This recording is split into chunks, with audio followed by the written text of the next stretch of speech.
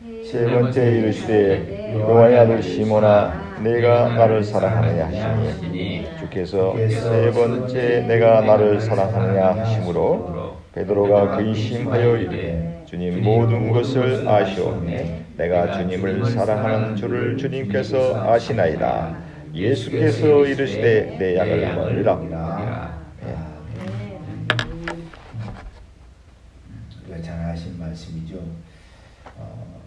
예수님께서 십자가에서 죽으시고 부활하신 이후에 몇 번 많은 사람들에게 나타나셨는데 오늘은 세 번째 예수님께서 세 번째 제자들에게 나타나셔서 그 제자들과 같이 고기로 제자들이 고기를 잡고 그 고기로 같이 식사도 하시고 나서 베드로에게 하시는 얘기입니다. 이 15절부터 보면 베드로에게 이렇게 물어봅니다. 예수님께서 네가 나를 사랑하느냐? 세 번 물어보죠. 네가 나를 사랑하느냐? 네가 나를 사랑하느냐? 세 번 물어보. 예수님 베드로가 주님 아십니다. 주님께서 아십니다라는 그 대답을 합니다. 근데 세 번째는 본문 말씀 보면 이렇게 표현되고 있습니다. 베드로가 근심하여 이르되 똑같이 대답을 했는데 세 번째는 근심하면서 예수님께 대답을 합니다. 주님 아십니다. 이런 표현을 쓰는데 이 세 번째 근심하 이르되 이 표현이 제가 헬라어 성경, 영어 성경을 보니까 좀 다르게 표현하고 있습니다. 한글 성경에는 근심했다라고 표현을 쓰는데 영어 성경 보니까 grieve라는 단어를 썼어요. 아주 애통함과 비통한 마음으로 슬픈 마음으로 이런 표현을 썼습니다. 첫 번째는 그냥 평범하게, 두 번째도 그냥 일반적으로 주님 아시지 않습니까? 이런 표현을 썼어요. 근데 세 번째는 조금 마음이 달랐다는 거죠. 그 감정이 달랐습니다. 비통한 마음을 가지고 근심한 마음을 가지고 아주 슬픈 마음을 가지고 주님께서 아십니다라는 표현을 썼습니다. 왜 그랬을까라는 표현을 썼어요. 왜 그랬을까? 왜 세 번째는 좀 다르게 표현을 했을까? 물론 베드로와 예수님의 관계는 좀 특별하죠. 다릅니다. 다른 제자들과 다르게 베드로는 조금 예수님께 대답을 할 때도 다른 사람보다 먼저 좀 더 열정적으로 그냥 그 풍랑에 주님 제가 걸어가겠습니다라고 표현하는 듯이 그냥 과감하게 예수님 앞에 나아가는 그런 마음, 열정적인 마음도 있었습니다. 그래서 주님은 그리스도시요 살아계신 하나님의 아들이십니다라는 고백도 있지만 또 예수님 옆에 뭔 말도 들으세요. 사탄아 물러가라. 너는 나를 넘어지게 하는 자로다 라는 표현을 들을 정도로 또 극과 극의 모습을 갔던 모습이 바로 베드로의 모습이고 아주 결정적으로 예수님이 그 관정 대제사장의 관정 또 빌라도의 관정 앞에서 재판받을 때 예수님을 세 번이나 부인했던 모습을 또 우리가 잘 알고 있죠. 그러니까 베드로와 예수님의 모습 관계는 아주 좀 특별합니다. 그런데 예수님이 부활하시고 나서 베드로에게 와가지고 물어보는 거예요. 네가 나를 사랑하느냐 이렇게 세 번 물어봤을 때에 그 순간 이 베드로는 왜 다르게 근심하면서 비통하면서 애통한 마음을 가지고 주님 앞에 이렇게 대답을 했을까라는 생각을 참 많이 해봤어요. 근데 물론 그 순간 떠올랐겠죠. 자기가 예수님 앞에 했던 모습, 특별히 예수님을 세 번이나 부인했던 그런 모습을 통해서 자기의 어떤 감정을 표출하는 모습이라고 생각할 수도 있습니다. 근데 저는 좀 다르게 표현을 생각을 해봤어요. 왜 베드로가 이렇게 다르게 표현할 수 있었을까? 왜 다르게 표현했을까? 무엇 때문에 이렇게 베드로는 예수님을 표현했을 때에 근심하면서 표현했을까? 곰곰이 한번 생각을 해보세요. 무엇 때문일까? 근데 그 베드로가 예수님께서 네가 나를 사랑하느냐라고 이렇게 물어봤을 때에 베드로의 그 마음, 심정이 어땠을까라는 생각을 해봤어요. 사실은 그냥 일상적인 말일 수도 있어요. 네가 나를 사랑하느냐? 너 나를 사랑하느냐? 너 나 사랑해? 라는 표현이 일상적으로 생각할 수도 있었지만 베드로는 달랐다는 거죠. 다르게 들렸을 것 같아요. 근데 생각해 보니까 야, 나는 너를 이렇게 사랑하는데 너 나 사랑해? 라는 표현. 좀 다르게 표현하면 그냥 너 나 사랑하느냐 이렇게 단순하게 생각할 수도 있겠지만 베드로는 내가 너를 이렇게 사랑하는데 너는 나를 얼마나 사랑하느냐라는 이렇게 표현으로 다가오는 거예요. 내가 이렇게 죽기까지 너를 사랑하는데 너는 나를 얼마나 사랑하느냐. 그러니까 예수님의 그 마음을 예전에는 잘 몰랐어요. 사실 베드로가 그 마음을 몰랐어요. 예수님께서 자기가 십자가에서 죽으시고 부활하시고 이런 과정들을 몇 번 말씀을 했지만 제자들은 베드로는 몰랐습니다. 그 뜻이 무슨 뜻인지 몰라고 어떻게 그런 일이 일어날까 전혀 생각지도 못했었어요. 근데 실제로 예수님께서 죽으시고 또 부활하시고 자기에게 나타난 그 모습을 보면서 또 예전에 자기가 예수님에게 했던 그 행동들을 생각해 보니까 아주 그 순간 뭐요? 어떤 마음이 아주 그냥 격정적으로 마음이 울컥하고 나오는 거예요. 사실 우리도 그렇잖아요. 그냥 일상적으로 평범하다가 어느 한 순간에 딱 내 마음이 그냥 격정적으로 올라올 때 울컥할 때 그 순간이 바로 이 순간의 모습입니다. 근데 우리가요 하나님과 나와의 관계 속에서 사실 이런 일들이 가끔은 일어납니다. 사실. 내가 주님 앞에 섰을 때의 모습, 내가 주님 앞에 어떤 관계 속에서 내가 서 있는가를 생각할 때에 이전에는 분명히 달랐어요. 사실 달랐는데 어느 한순간 아주 특별하게 일어나는 이런 그 순간이 있어요. 그러니까 베드로는 지금 그 순간이에요. 그래서 그 순간 그 말을 들으니까 순간적으로 그냥 열정적으로 그 마음과 그냥 감정들이 그냥 올라오는 분출하는 거죠. 그래서 아주 비통한 애통한 마음으로 아주 슬픈 마음으로 주님 앞에 고백을 할 수 있는 거예요. 주님 아십니다. 그러니까 이 순간은 사실은 그 전에 대답했던 주님 아시잖아요 라는 말과는 사실은 다릅니다. 달라요. 근데 이 마음이라는 게 정말 어떻게 보면 굉장히 특별한 것입니다. 사람도 그렇잖아요. 사람의 마음을 알아준다는 것이 여러분들 어떨지 몰라요. 쉬울까요? 어려울까요? 사람의 마음을 알아준다는 것 사실은 굉장히 사실 어려울 것 같아요. 예. 사실 모르죠. 사실 모릅니다. 예전에 그 목사님이 그런 설교를 하셨어요. 예, 생각나는데 예, 정말로 당신이 사랑하는 사람의 마음을 알고 있느냐라는 표현을 썼어요. 정말로 당신이 사랑하는 사람의 마음을 알고 있느냐. 사실은 모르죠. 우리가 예를 들면 부모의 마음 어떻게 합니까? 예전에 그랬죠. 네가 엄마의 마음을 어떻게 하느냐. 네가 엄마가 되면 안다는 거지. 그죠? 근데 사실은 몰라요. 그 엄마의 상황, 환경, 여건 모든 것을 통틀어서 그 순간 나오는 게 엄마의 마음이거든요. 근데 사실 내가 아무리 그런 상황이 돼도요. 그 엄마의 마음을 내가 사실은 모릅니다. 잘 모르죠. 예전에 제가 그 초등학교 6학년 때죠. 그날 정말 학교가 가기 싫었습니다. 그래서 그날은 우리가 흔히 말하는 땡땡이 하루 학교를 안 간 날이 있었어요. 정말 가기가 싫었어요. 왠지 모르겠어요. 안 갔는데 안 가가지고 학교 안 가서 어느 곳에서 이제 놀고 있었는데 가는 날이 장날이라 그 옆을 우리 진도 군 읍내 그 중대장 아저씨가 있습니다. 삼촌이라고 불렀는데 아버지하고 아주 가까운 친구분이세요. 중대장 예비군 중대장. 그 삼촌이 저를 본 거예요. 그 학교 안 가고 그 동네에서 놀고 있는 걸 본 거예요.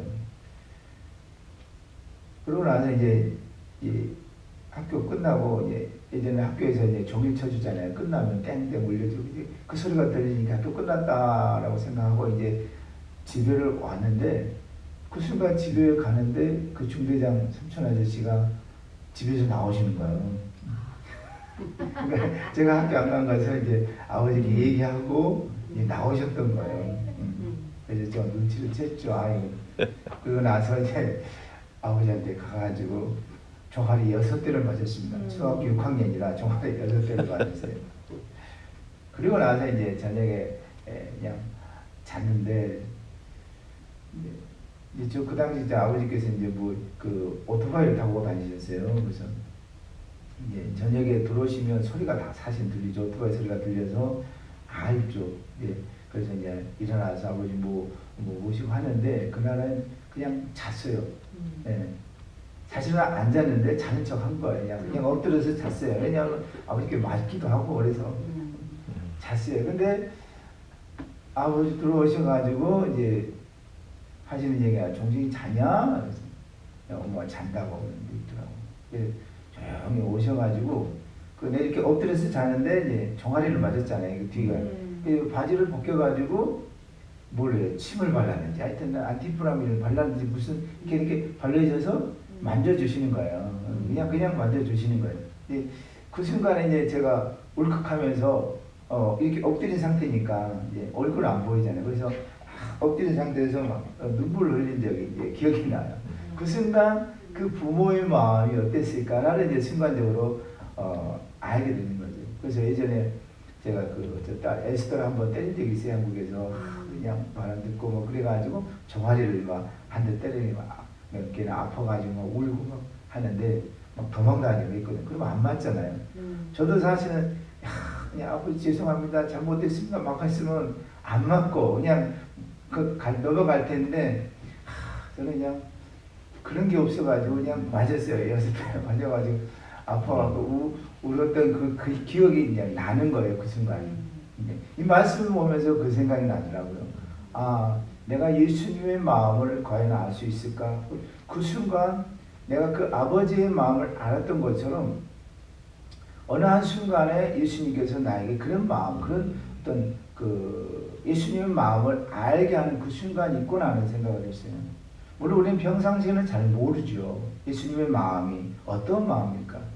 근데 예수님께서 나에게 어떤 그 순간, 예수님을 그 주님의 마음을 알게 하는 그 순간이 우리에게 있더라는 거죠. 성경에 보니까 그런 것들이 가끔은 나옵니다. 정말 예수님의 마음, 그 주님의 하나님의 마음, 아버지의 마음을 알게 하는 그 순간, 아는 그 순간. 저 오늘 말씀 보면서 한번 그런 순간들을 찾아보겠습니다.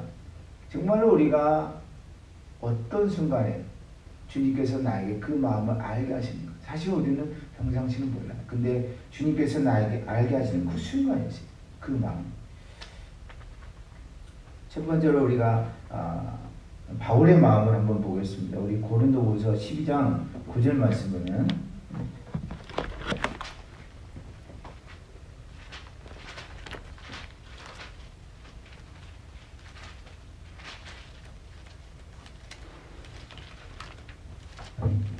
고린도후서 12장 8절 9절 두 절 말씀 드리겠습니다. 시작. 이것이 내게서 떠나가는 하기 위하여 내가 세 번 주께 간구하였더니 나에게 이르시되 내 은혜가 내게 족하도다. 이는 내 능력이 약한 데서 온전하여 재미라 하시니라. 그러므로 너희가 크게 기뻐하므로 나의 약한 것들에 대하여 자랑하리니 이는 그리스도의 능력이 내게 머물게 하려 함이라. 아멘. 자, 보세요. 베드로는 자기 어떤 질병을 위해서 낫기 위해서 하나님께 고쳐달라고 3번 기도했다라고 말하고 있습니다. 3번. 그러니까 얼마나 열심히 기도했겠어요. 그 때문에 자기 병을 고쳐달라고, 이 가시를 없애달라고 얼마나 하나님 앞에 기도했겠어요. 근데 하나님께서 고쳐주시지 않았습니다. 이 순간 저는 그런 생각을 했어요. 물론 고쳐지지 않아서 하나님께서 이 약한 데서 더 온전해지고 이 약함으로 인하여 내가 너를 더욱더 강하게 쓰시겠다는 어떤 하나님의 응답도 있지만 한번 생각을 해보세요. 하나님께서 고쳐주시 않았을 때에 그 하나님의 마음은 어떤 마음입니까? 바울은 정말로 하나님 앞에 기도했는데 열심히 기도했어요. 하나님 고쳐달라. 근데 하나님께서 그것을 물론 기도는 응답이 있죠. 근데 고쳐주시지 않은 모습으로 바울에게 응답을 하셨던 거예요. 그 순간 이 하나님의 마음이 어떨까? 고쳐주시지 않았으니 그 마음. 그 마음. 그러니까 바울은 그 순간 어쩌면 그 하나님의 마음을 알 수 있지 않았을까라는 생각을 해봤어요. 물론 고쳐주시면 얼마나 좋겠어요. 그 순간 할렐루야 하면서 하나님 앞에 감사하면서 막 이런 모습으로 보였겠지만 또 반대로 하나님께서 고쳐주시지 않음으로 인해서 바울은 뭘 알았느냐? 하나님의 마음을 읽을 수 있었던 거죠. 하나님의 마음을. 그 아픈 마음, 하나님께서 고쳐주시지 않은 그 마음을 통해서 바울에게 사실은 응답하셨던 거예요. 예를 들면 우리가 쉽게 생각하면 뭐 부모님께서 내 말을 들어주시지 않았지만 나는 그 들어주시지 않음으로 인해서 아프고 괴로웠지만 또 반대로 들어주지 않는 그 부모의 마음 어떤 마음일까 우리가 알면은 그 부모의 마음을 우리가 헤아린다면 왜 부모님이 내 말을 안 들어주시는가를 알게 되면은 사실은 그 마음이 그런 경우죠. 그러니까 바울은 하나님께서 고쳐주시지 않음으로 인하여 응답하셨지만 그 응답 고쳐주지 않는 그 응답으로 인하여 바울은 하나님의 마음을 또 읽을 수가 있었던 거죠. 그래서 기뻐했던 거죠, 사실. 고쳐주시고 안 고쳐주신 그것도 중요하지만 사실 더 중요한 것은 하나님의 그 마음을 읽을 수 있는 그 마음을 알 수 있는 그 순간이 나에게 있었다는 것 때문에 사실은 바울은 어쩌면 기뻐했었죠. 그러니까 내가 하나님의 마음을 안다는 것, 그 마음을 내가 읽을 수 있다는 것이 얼마나 귀중하고 소중한 거예요. 저는 기독교 신앙이라는 게 그거 같아요. 보니까 다른 어떤 것도 중요하겠지만 정말로 중요한 것은 내가 하나님의 마음과 얼마나 가깝게 연결되어 있는가, 내가 얼마나 하나님의 마음을 잘 알고 있는가, 그런 것 같아요. 두 번째로 이제 모세를 보면 또 우리가 알 수 있습니다. 모세 출애굽기 4장 한번 보겠습니다.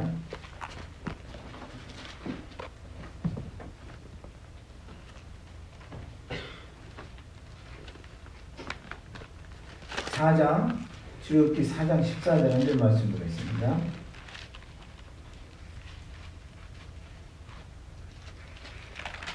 출애굽기 4장 14절 시작. 여호와께서 모세를 향하여 노하여 이르시되 내 사람 내 형 아론이 있지 아니하냐? 그가 말 잘하는 것을 내가 아노라. 그가 너를 만나러 나오나니 그가 너를 볼 때에 그의 마음에 기쁨이 있을 것이다. 아멘. 하나님께서 모세를 만납니다. 모세가 이제 애굽 광야에서 40년, 애굽에서 40년, 광야에서 40년 그 지내는 동안 이제 양을 치다가 산에서 하나님의 산에서 하나님을 만나게 되죠. 그 만나서 하나님께서 모세에게 사명을 주신 거잖아요. 그래서 불타는 떨기 땅, 떨기나무가 있는데 불이 나는데 그 나무는 실제로는 타지는 않습니다. 그대로 있는 거예요. 불만 활활 있는 거예요. 그 하나님의 모습을 보고 또 하나님께서 모세를 부르시고 내가 너를 애국으로 보내겠다라고 말씀하시면서 여러 가지 증거를 보여주잖아요. 손을 넣었다가 뺐다가 그러면 손이 눈두병이 생겼다가 이제 또 치료됐다가 또 지팡이를 잡으니까 뱀이 되기도 하고 또 다시 지팡이 놓으니까 또 다시 지팡이가 되고. 근데 모세가 말을 안 들어요. 자기는 자꾸 안 간다고 그러는 거예요. 우리 생각에 없이 하나님 딱 만나면 얼마나 좋겠어요. 하나님, 내가 너를 쓰겠다, 너를 부르겠다 라고 얘기를 하면 우리에게 얘기한다면 하나님 감사합니다. 저 열심히 하겠습니다. 하나님 저를 써주시니 얼마나 감사합니까? 열심히 하겠습니다. 바로 할렐루야 하면서 예스 할 거란 말이에요. 근데 모세는 안 하는 거예요. 쉽게 안 했어요. 그래서 나중에 변명까지 하면 저는 말을 잘 못합니다. 입술이 둔하여. 이게 뭔 얘기일까요? 우리 식으로 말하면 표현하면 영어식으로 말하면 버벅거린다는 거죠. 더듬거린다는 그런 표현을 썼습니다. 그러면 하나님께서 말씀, 너 형 아론 있지 않냐? 말 잘하는 아론을 붙여주지. 그러면 할 수 있게. 그래도 안 한다는 거, 못 간다는 거. 왜 그랬을까라는 생각을 해봤어요. 왜 모세가 하나님이 부르시고 직접 나타나셔서 하나님께서 모세에게처럼 나타나신 적이 사실 없습니다. 모세와 같이 그래서 요즘 지금도 이스라엘 백성들은 모세를 모세, 엘리야, 하나님, 예수님 이 세 분을 모세, 엘리야, 예수님 이 세 분을 같은 그룹에 놓습니다. 모세는 하나님을 직접 만나고 하나님의 말씀을 받은 위대한 선지자로 또 엘리야는 하나님의 능력의 선지자로 또 예수님과 이게 그래서 이제 마태복음 17장 보면 변화의 산상에서 이 세 분이 같이 나타나잖아요. 그만큼 위대한 존재라는 것을 나타내는 분이거든요. 모세가. 근데 그 모세는 하나님 만나고 나서 하나님 저 안 갑니다. 너 하는 거예요. 왜 그랬을까? 이렇게 생각해 봐야지. 아니 하나님 만나면 바로 응답하면서 하나님 저 가겠습니다. 바로 가겠습니다라고 답이 나와야지. 왜 안 나오나? 라는 생각을 해봤어요.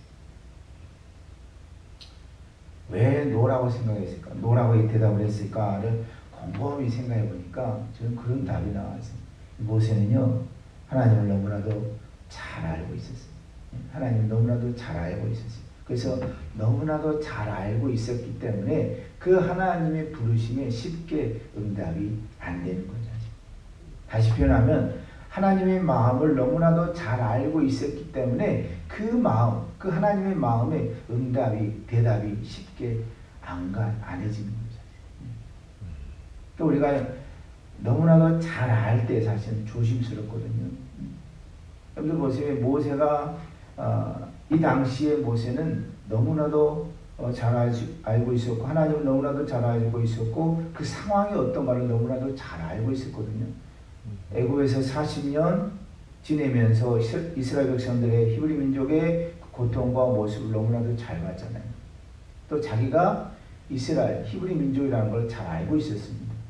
알고 있었고 깨닫고 있었어요. 그래서 모세가 애굽에 있을 때 그 이스라엘 군병을 때려 죽이잖아요. 왜냐하면 이스라엘 백성들을 괴롭히는 그 애굽의 군인을 때린 거예요. 그래서 죽인 거예요. 그리고 나서 도망 나오잖아요. 광야 40년 지내면서 여러 가지 생각을 했겠죠. 여러 가지 모습을 가졌을 거예요. 그 40년 동안 저는 그렇게 생각합니다. 모세의 신앙이 어떻게 보면 그 40년 동안 다듬어지고 만들어진 거예요. 광야에서. 이 광야라는 단어가 사실은 그 속에 어떤 뜻이 있냐면 말씀이라는 뜻이 있습니다. 광야, 사막이라는 뜻이. 그래서 하나님께서 이스라엘 백성들 광야 40년간 방황하게 하시잖아요. 근데 이 광야 40년이 왜 광야냐면 거기에 말씀이 있는 거예요. 이 광야라는 뜻 속에 사실 말씀이라는 뜻이 같이 포함이 되어 있습니다. 그러니까 사실은 광야 40년을 보냈지만 모세가 광야 40년을 지냈지만 사실은 뭐 한 거예요? 말씀의 시간을 가진 거예요. 말씀의 시간. 그러니까 이 40년 동안 거의 80년 동안 하나님과의 깊은 관계 속에서 그 신앙 속에서 살아왔던 거예요. 그리고 나서 어느 한 순간 하나님을 만나는 거예요. 그러니까 이 순간 감사하면서도 어떻게 보면 모세는 두려운 거예요. 하나님을 만나고 알잖아요. 하나님이 어떤 분인가 너무나도 잘 알고 또 내가 해야 할 일이 어떤 일인가를 사실은 잘 알고 있었어요. 근데 그 순간 하나님 앞에 그 음성, 야 나를 너를 쓰겠다, 너를 애굽으로 보내겠다라고 말씀하신 그 순간 그걸 들으니까 어떻게 됩니까? 순간적으로 너무나도 잘 알고 있었던 모세가 노한 거예요. 너무나도 잘 알고 있었기 때문에 하나님의 마음이 어떤 마음인가를 너무나도 잘 알고 있었기 때문에 어떻게 보면 하나님 앞에 예스라는 대답이 쉽게 나오지 않았던 거예요. 그래서 하나님 주저한 거예요. 우리도 사실은 우리 삶을 통해서 보면 우리가 너무나도 잘 알 때, 너무나도 잘 파악이 됐을 때 사실 우리는 주저하게 됩니다. 왜요? 너무나도 어떻게 보면 힘들고 어려운 모습이고 이 길이, 이 상황이 어떻게 진행되어질까를 사실은 안다라면 물론 두렵지 않은 마음도 있겠지만 오히려 더 두렵고 떨리는 마음으로 우리가 다가올 수 있다는 거죠. 그러니까 하나님의 마음이 그거예요. 하나님의 마음을 내가 알게 되면 우리는 사실 주저하고 떨리는 마음을 갖게 돼요. 그래서 이사야도 보면 이사야 6장에 보면 하나님께서 내가 누구를 보낼까라고 말할 때 이사야가 주님 제가 여기 있습니다. 저를 보내주소서라고 대답을 하지만 사실 그 전에 뭐하는 저는 입술이 더러운 자입니다. 회개 죄의 모습을 얘기하는 거예요. 하나님 앞에 두려운 존재의 모습으로 하나님 앞에 고백을 하는 거예요. 항상 우리는 두려운 존재, 하나님 앞에 하나님이 어떤 분인가를 알게 되면은 그분이 어떤 마음을 갖고 있다는 걸 알게 되면은 우리는 항상 두렵고 떨리는 마음을 사실 주저하는 마음을 갖게 되는 거죠. 왜? 내가 그걸 아니까. 그러니까 우리가 하나님의 마음을 알게 되면 그거예요. 사실 베드로가 주님 앞에 비통하며 애통한 마음을 가졌던 거예요. 내가 주님을 3번이나 부인했는데도 주님은 또 나에게 나타나셔서 네가 나를 사랑하느냐 물어보시니 나는 너를 이렇게 사랑하는데 내가 죽기까지 너를 사랑하는데 너 나를 사랑하느냐라고 이렇게 나에게 물어보시는 거예요. 그러니까 주님께서 나에게 다가오셔서 그 마음을 나에게 보여주시고 깨닫게 하시고 알게 하신 그 순간에는요 내 모습이 어떻게 되느냐 정말로 주의 모습으로 드러날 수밖에 없는 거예요. 주님 앞에 두려운 모습으로 정말로 나같이 부족하고 연약한 이 죄인의 모습, 내 모습을 사실은 보게 되는 거죠. 그러니까 주님 앞에 뭐예요? 주저하고 떨리는 마음, 두려워하는 마음이 생길 수밖에 없는 거죠. 그러니까 주님의 마음을 알게 되면요, 우리는 항상 그래 두려운 마음을 갖게 됩니다. 예전에 어떤 목사님이 얘기를 제가 들으면서 참 인간의 마음이라는 게 어떤가를 사실 알게 됩니다. 한 목사, 서울에 있는 어떤 그 당시에는 정말로 성장하는 교회였습니다. 커가는 교회였어요. 근데 어느 날 이 목사님 사회 가는데 그 목사님의 그 문 앞에 집 앞에 한 아이가 놓여져 있는 거예요. 망난 아이가 집 앞에 놓여져 있을 때요. 그래서 새벽 예배 나가려고 하는데 문 앞에 아이가 놓여져 있었어요. 그래서 이 아이가 누군가 이 목사님 이제 고민하다가 그냥 사모님하고 의논해서 그 아이를 우리가 키우자라고 얘기를 해가지고 그 아이를 키우게 된 거예요. 입양을 해서 키우게 된 거예요. 이제 키우고 나서 한참 이제 시간이 흘렀는데 교회에 이제 어떤 소문이 들리냐면 이 아이가 누군가라는 갑자기 이제 의문이 생기잖아요. 성도들은 의문이 생긴 거예요.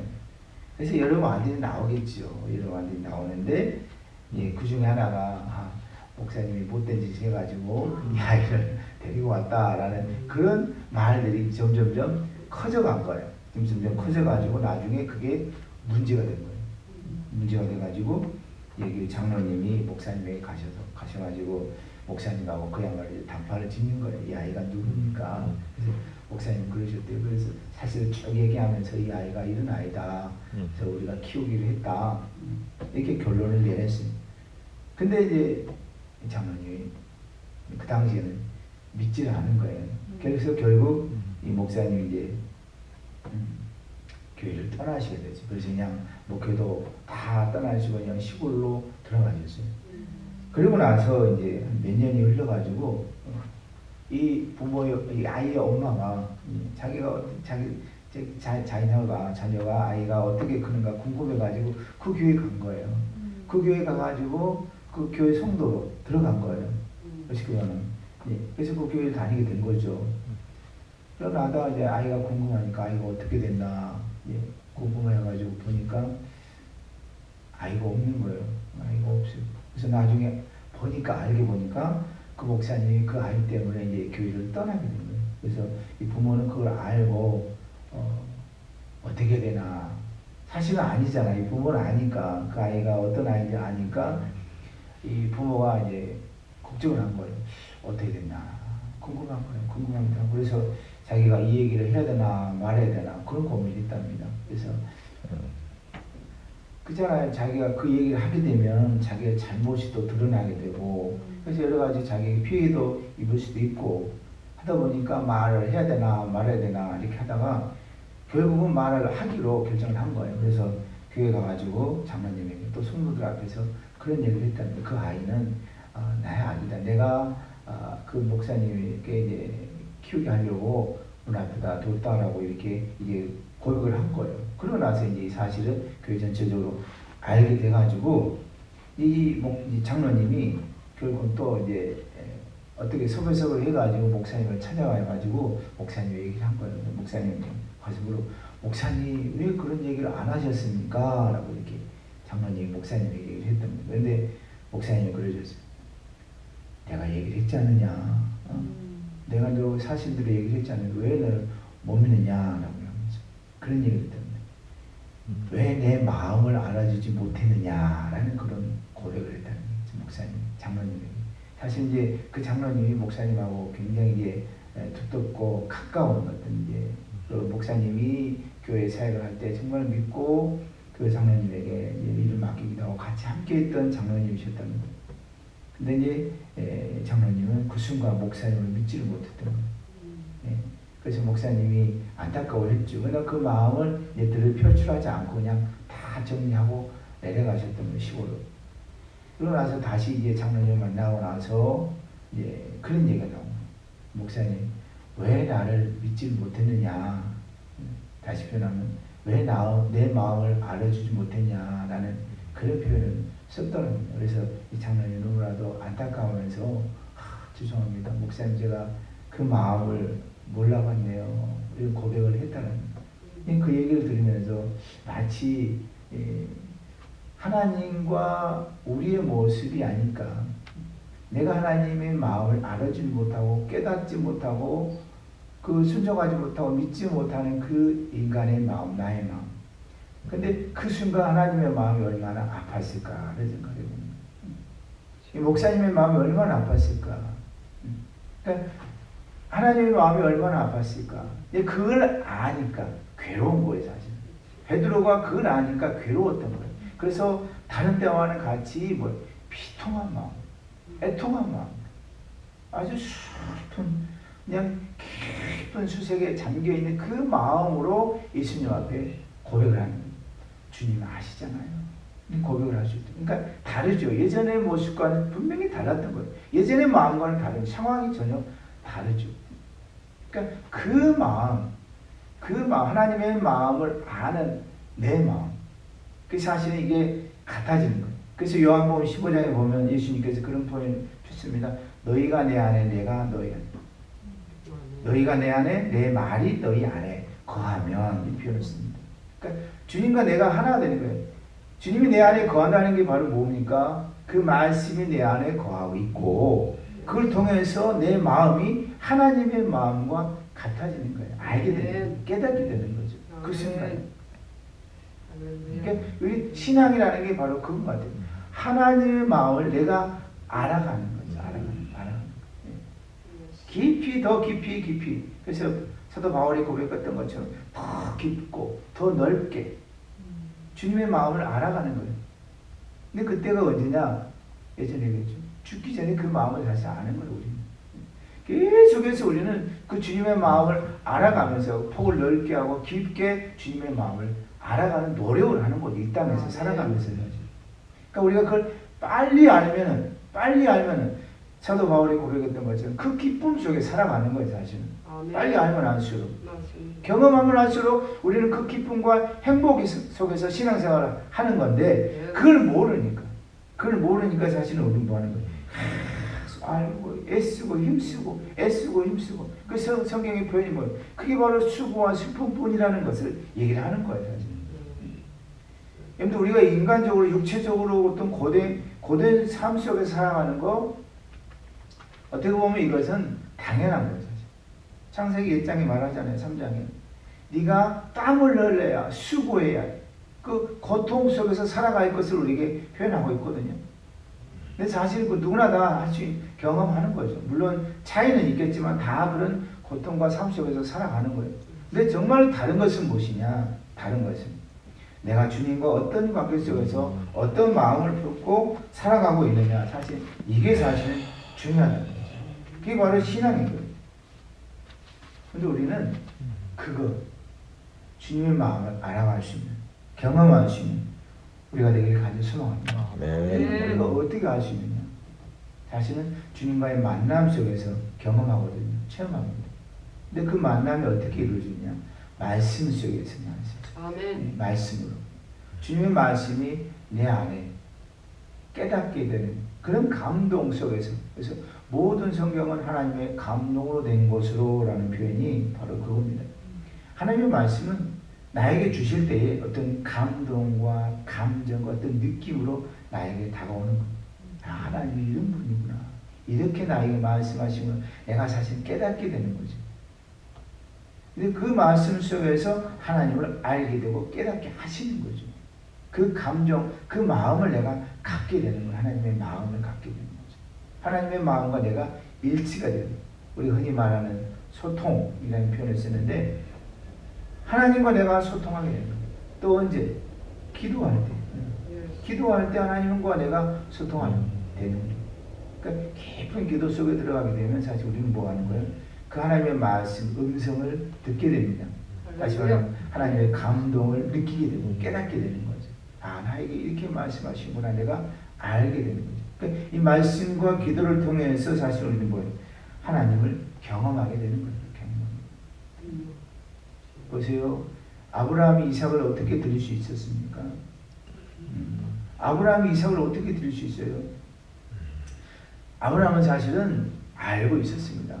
그 감정, 하나님의 감정을 알고 있었어요. 마음을 느낄 수가 있었어요. 그래서 드릴 수 있는 겁니다. 사실은. 아무리 믿음이 좋아도요. 자기 아들을, 그 귀한 아들을 죽인다는 게 쉬운 일이 아니죠. 그러니까 그 마음, 하나님께서 그 아들을 자기에게 번제로 드리라라고 말씀하셨을 그 순간 아브라함은 그 하나님의 마음을 읽을 수가 있었던 거예요. 그래서 드릴 수 있는 거죠. 마치 하나님께서 예수님을 우리에게 주신 것처럼. 그래서 그 예수님이 십자가에 못 박아 죽잖아요. 아는데도 하나님은 예수님에게 그 사역을 주시는 거예요. 예수님은 그 겟세마네 동산에서 기도하시면서 주님 이 잔을 내게서 지나가게 하시옵소서. 그러니까 정말로 죽기가 힘들죠. 쉽지 않죠. 우리가 죽는다는 게 그렇게 쉬운 게 아니잖아요. 죽어봐서 모르죠. 쉬운 게 아니에요. 근데 예수님께서도 그런 기도를 하셨어요. 그러나 주님 뜻대로 하시옵소서라고 고백할 수 있는 것은 뭐예요? 주님의 마음을, 하나님의 마음을 내가 알게 되는 그런 고백을 할 수 있는 거예요. 제가 가겠습니다라고 말할 수 있는 거죠. 정말 우리가 이 시간 한 가지 말씀드리고 싶은 것은 정말로 우리가 그 주님의 마음을 알아가는, 날마다 알아갈 수 있는 우리가 되기를 간절히 소망합니다. 아멘. 그럴 때에 정말 우리가 아주 기쁘고 행복한 마음으로 그런 모습으로 신앙생활을 할 수 있는 할렐루야. 그 예전에 제가 좋아했던 찬양인데 그게 바로 이제 너는 아느냐 내가 너를 얼마나 사랑하는지 너는 아느냐 내가 너를 얼마나 좋아하는지 너는 아느냐 이런 찬양이 갑자기 생각이 나는데 여러분 하나님을 알아갈 수 있는 그런 일들에게 간절히 소망합니다.